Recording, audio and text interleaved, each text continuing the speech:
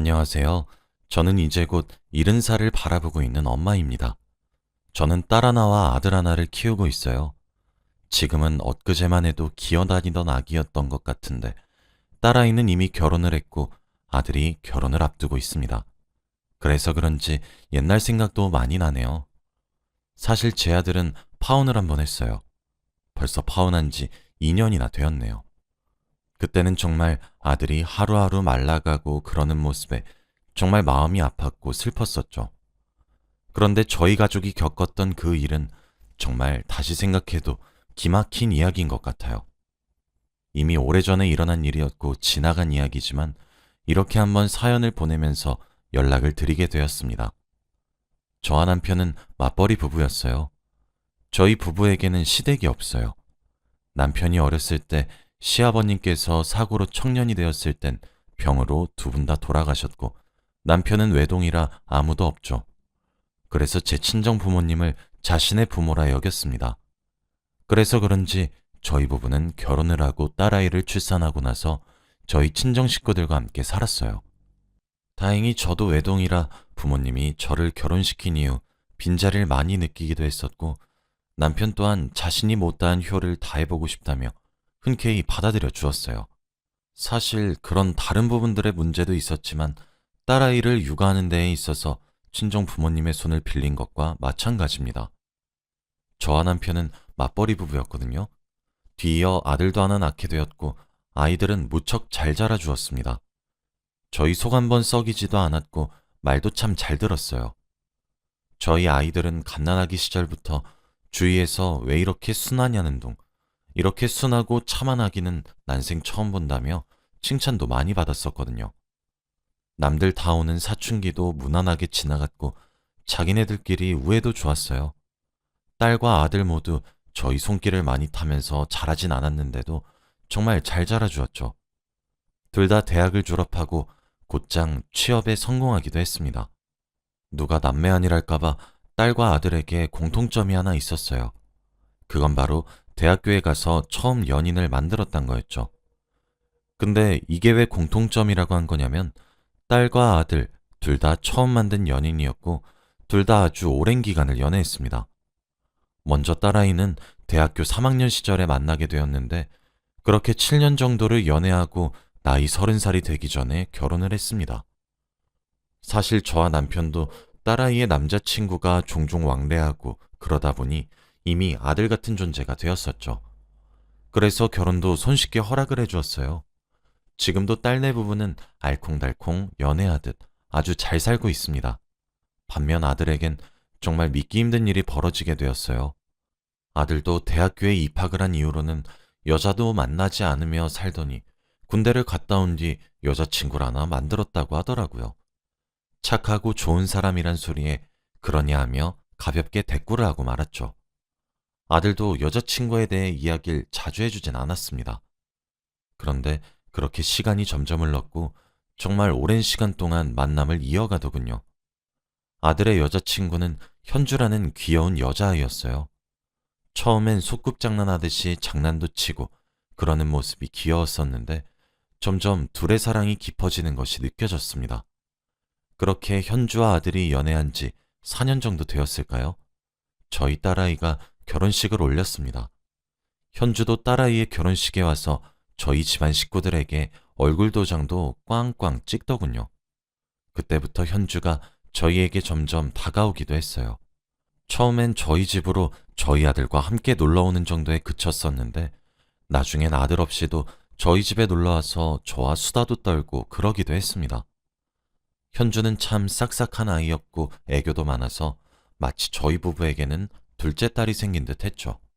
오죽하면 제 친딸아이가 엄마는 나야 현주야? 하며 우스갯소리로 물어보기도 할 정도였거든요.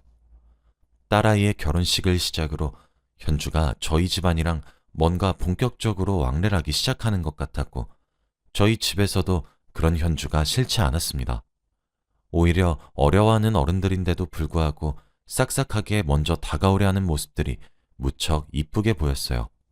그렇게 시간이 흘렀습니다. 제 아들과 현주는 10년이란 시간 동안 만나게 되었어요. 당연히 그렇게 오랜 기간을 사랑하고 있는 걸 보니 양가에서도 계속해서 결혼은 언제 할 것이냐는 질문을 많이 했죠. 물론 저도 많이 했습니다. 제 배 아파 낳은 자식들이긴 하지만 남매 중에서도 유달리 제 아들은 정말 감수성이 예민하고 감정이 풍부한 아이입니다. 섬세하며 예민하고 자신이 생각하는 로망과 꿈을 꾸는 듯한 이상이 가득한 아이예요. 그래서 아들은 자신이 처음 만난 첫 여자와 오랜 기간 사랑을 쌓고 결국 결혼을 해 아이까지 낳고 행복하게 잘 사는 것이 자신의 로망이라고 하더군요. 그래서 제 질문에 제대로 답도 해주지 않았습니다. 아직 프로포즈도 못했다 둘러대면서 말이에요. 그러던 어느 날 아들이 방방거리는 듯하고 들뜬 듯해 보이는 모습으로 저를 급하게 찾더라고요. 놀라서 아들을 마중 나왔더니 제게 말하더라고요. 오늘 프로포즈를 했는데 현주가 받아주었다고 말이에요.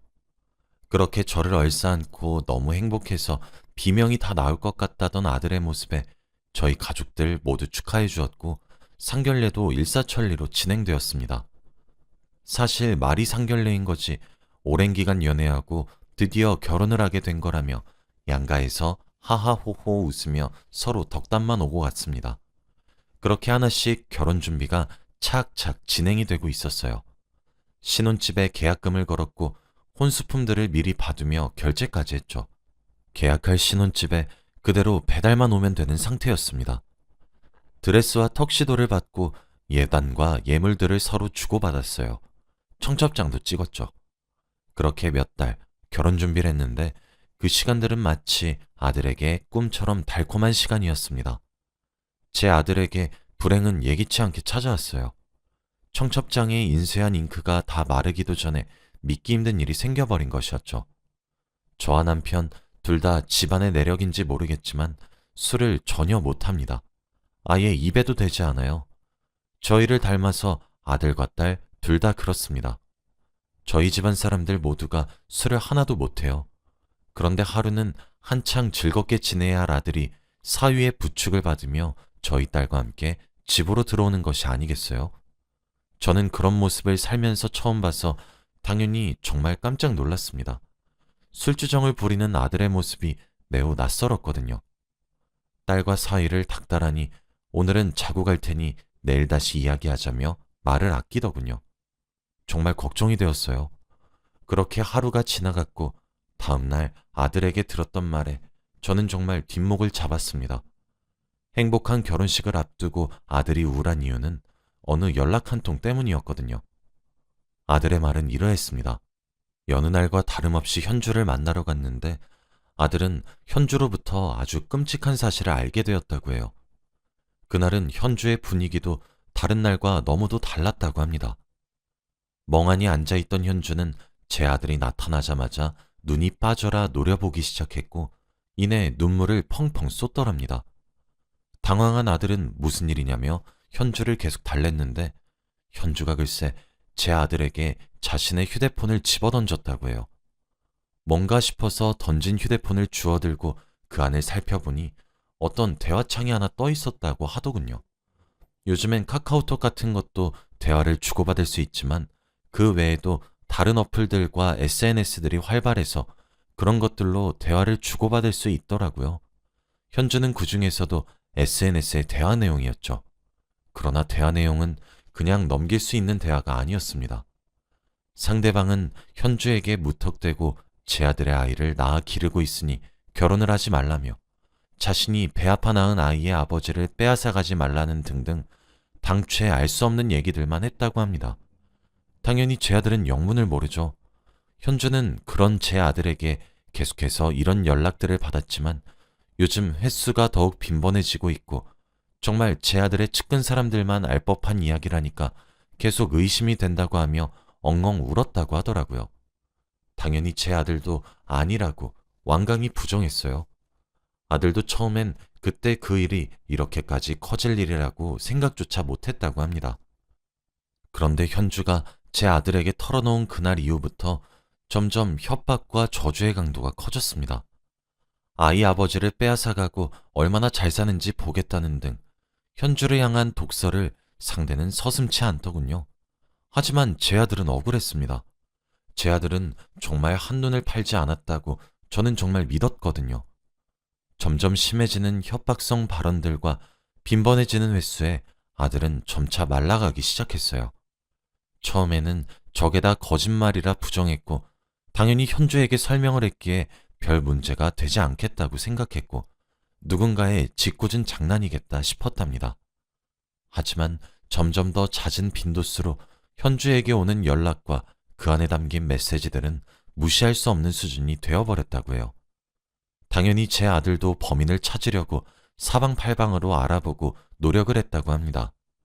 하지만 누군지 특정할 수도 없었고, 현주에게 메시지를 보내는 사람의 SNS 계정에 들어가도 아무런 게시글도 흔적도 남겨져 있지 않았다고 해요.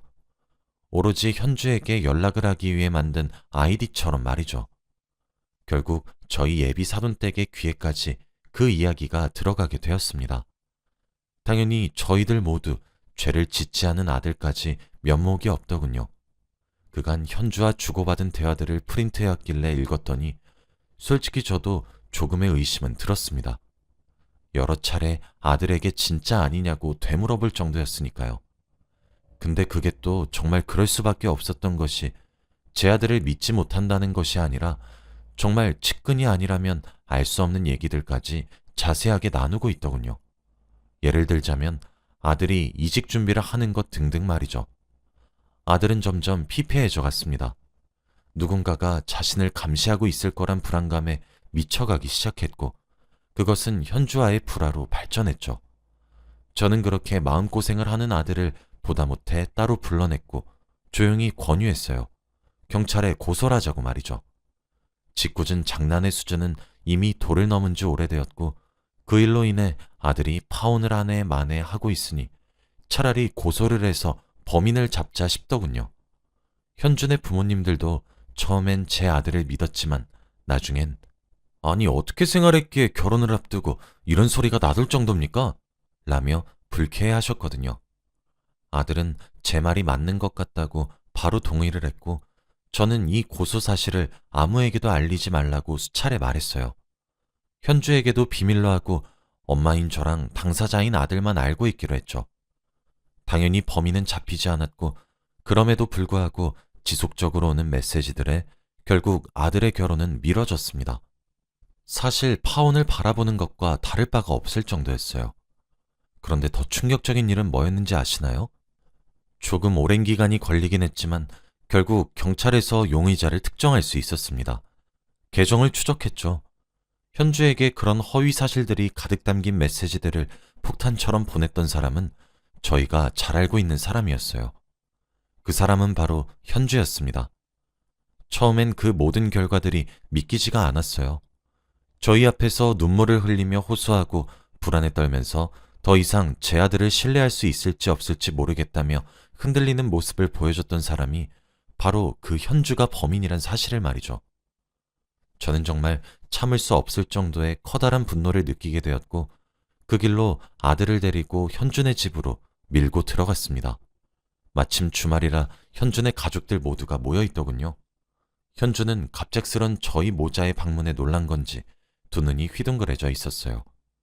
저는 현주를 보자마자 물었습니다. 너였니? 라고요. 현주는 영문도 모르겠다는 듯 갑자기 무슨 소리를 하시는 거예요, 어머님?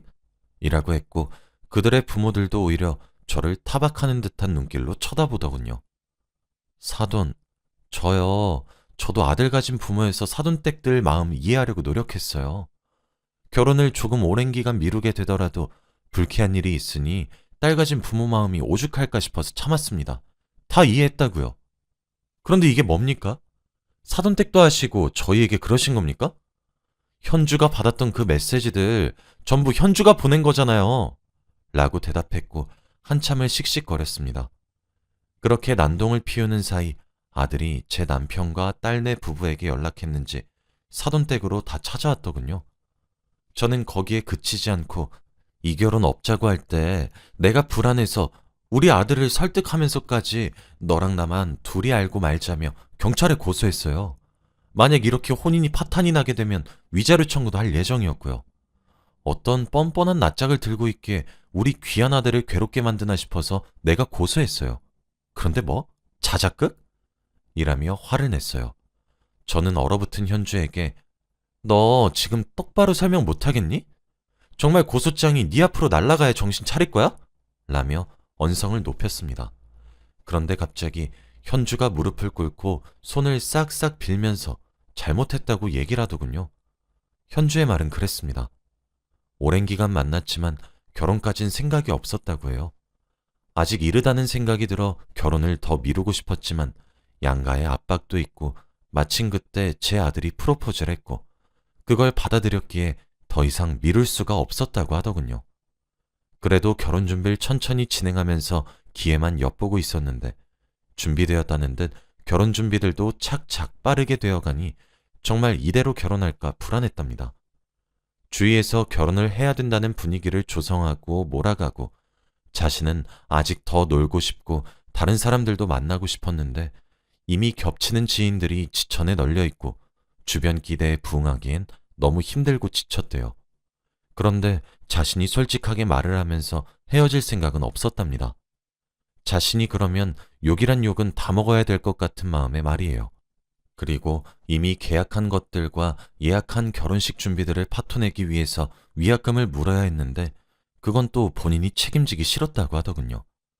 그래서 신뢰를 근거로 들며 파혼을 하기 위해 종용했다고 합니다. 당연히 저희 가족 모두 입이 떡 벌어질 정도였어요. 무슨 사이코도 아니고. 현주는 그런 것들로 고소를 할 거란 생각은 못했던 거였어요. 그렇게 착하고 싹싹한 얼굴 뒤에 그런 이기적인 면모가 숨어 있을 줄이야. 당연히 그날 이후 결혼은 파토가 났고 어쩌면 사돈댁이 되었을 사람들은 저희 집 사람들에게 허리를 숙여 사죄했죠. 당연히 결혼이 파토난 것에 대한 위약금은 그들이 담당하기로 했습니다. 저희가 고소를 취해야 한다는 조건으로 말이에요. 아들은 한동안 충격을 극복하지 못하는 것 같더니 이내 기운을 차렸어요. 억지로라도 밖으로 나가려고 노력하는 모습이 기특했죠. 현주는 저희 아들과 헤어진 이후 아주 물을 만난 고기처럼 활발히 살더군요. 그렇게 현주와 헤어지고 약 1년 뒤 지금의 예비 며느리를 만나게 되었습니다. 마음의 고통은 보이지도 않는데 잘 이겨내준 아들이 정말 너무 고맙더라고요. 예비 며느리는 참 다정하고 착한 아이입니다. 정도 가고 마음도 참 많이 가죠. 며칠 전엔 아들이 결혼을 앞두고 마음이 싱숭생숭했는데 현주로부터 연락을 한 통 받았다고 하더군요. 지나가 보니 봄이었다 얘기하며 자신이 어린 시절 한철에 입었던 실수를 용서해주면 안 되겠냐고 요청했다고 합니다. 자신을 받아달라면서 끝까지 뻔뻔하게 말이에요. 제 아들은 거절했고 결혼을 앞두고 있는 요즘에도 간간히 잊을만 하면 연락이 오는 정도라 하더군요. 참, 열길 물속은 알아도 사람 속은 하나도 모른다더니 그 말이 맞다 싶습니다. 어쩜 멀쩡하고 순박한 사람인 척 할 수 있는 건지. 여기까지 제 이야기는 끝입니다. 제가 이 이야기를 하면서 여러분께 말씀드리고 싶은 점은 딱 하나예요. 사람을 너무 믿지 마셨으면 좋겠어요. 그럼 제 이야기 들어주셔서 너무 감사합니다.